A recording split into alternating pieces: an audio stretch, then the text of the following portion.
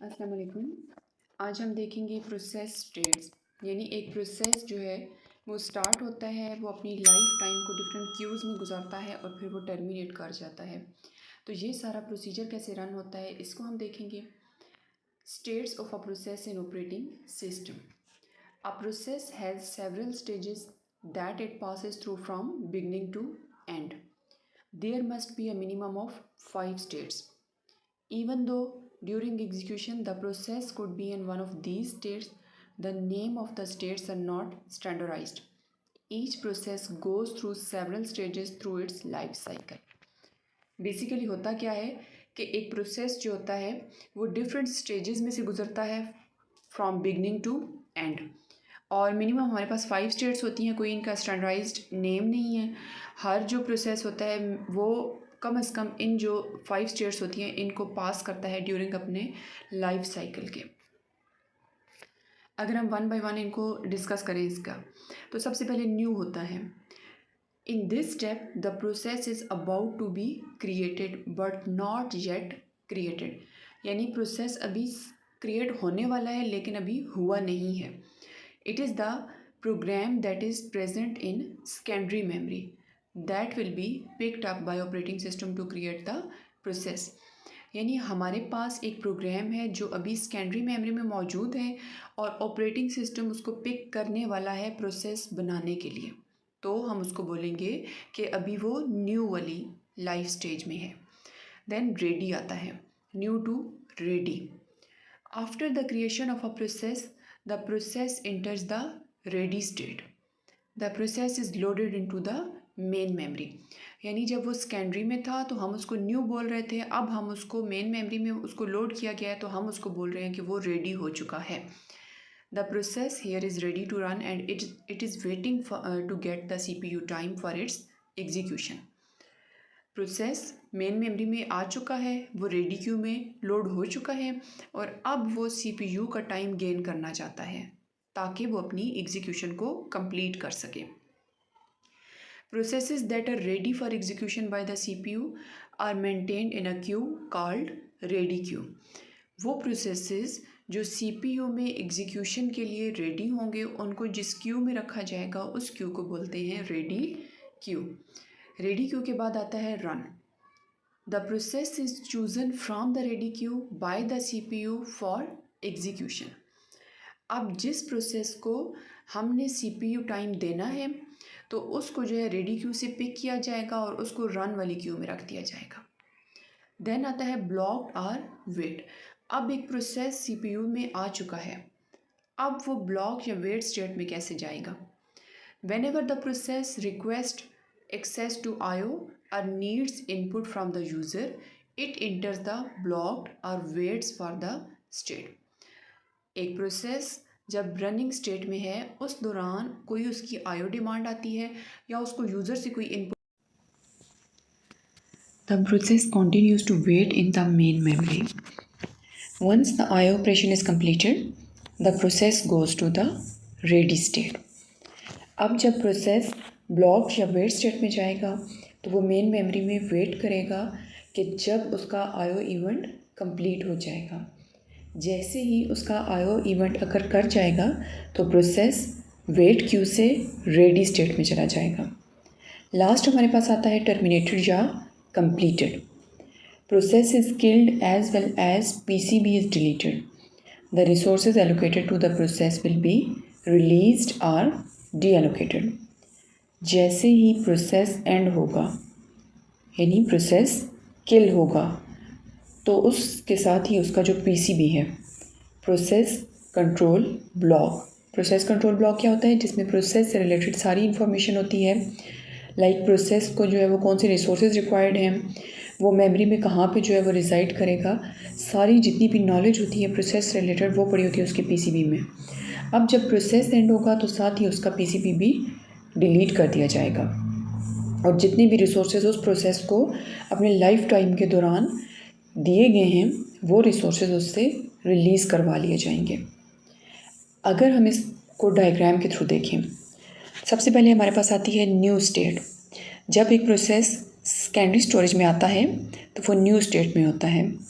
New state से process जब admit हो जाता है तो वो जाता है रेडी स्टेट में, यानी प्रोसेस मेन मेमोरी में लोड हो चुका है।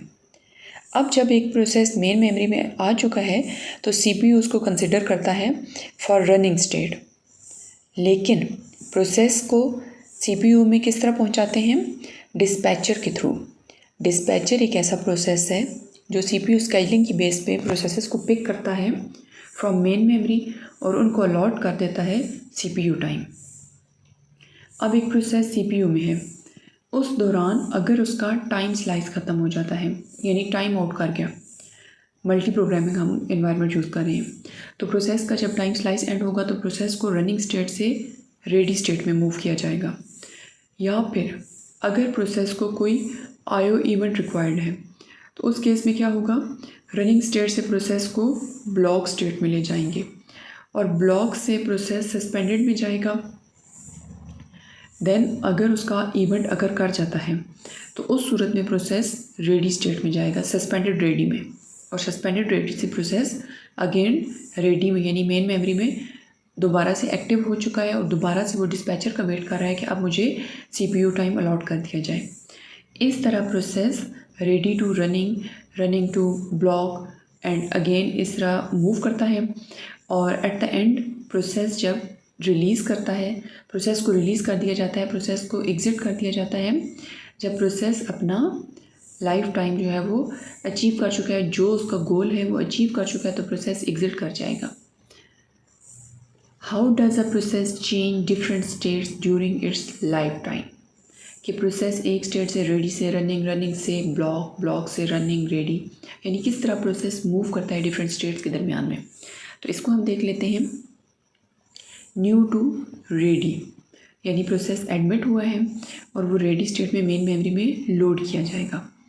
When a process is created it is in a new state, it moves to the ready state when the operating system has allocated resources to it and it is ready to be executed। यानी जब एक process start होगा तो वो new state में सबसे पहले inter होगा, उसके बाद न्यू से वो रेडी स्टेट में मूव करेगा जब ऑपरेटिंग सिस्टम उसके जो रिक्वायर्ड रिसोर्सेज हैं जो उसको अपनी एग्जीक्यूशन के लिए नेसेसरी हैं वो अलॉट कर देगा। उसके बाद प्रोसेस रेडी में आ चुका है, यानी प्रोसेस मेन मेमोरी में लोड हो चुका है। उसके बाद उसने मूव कहाँ पे करना है? रनिंग स्टेट में।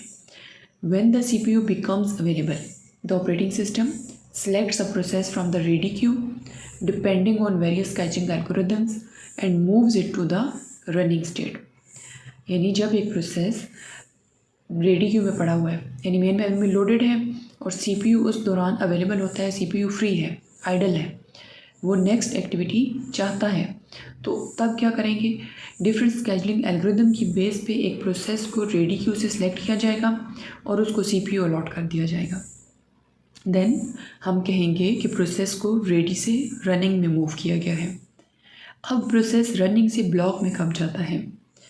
When a process needs to wait for an event to occur, like कोई आईओ ऑपरेशन है, कोई सिस्टम कॉल है, प्रोसेस एक ऐसी एक्टिविटी का वेट कर रहा है, कोई आईओ ऑपरेशन या system call, it moves to the block state.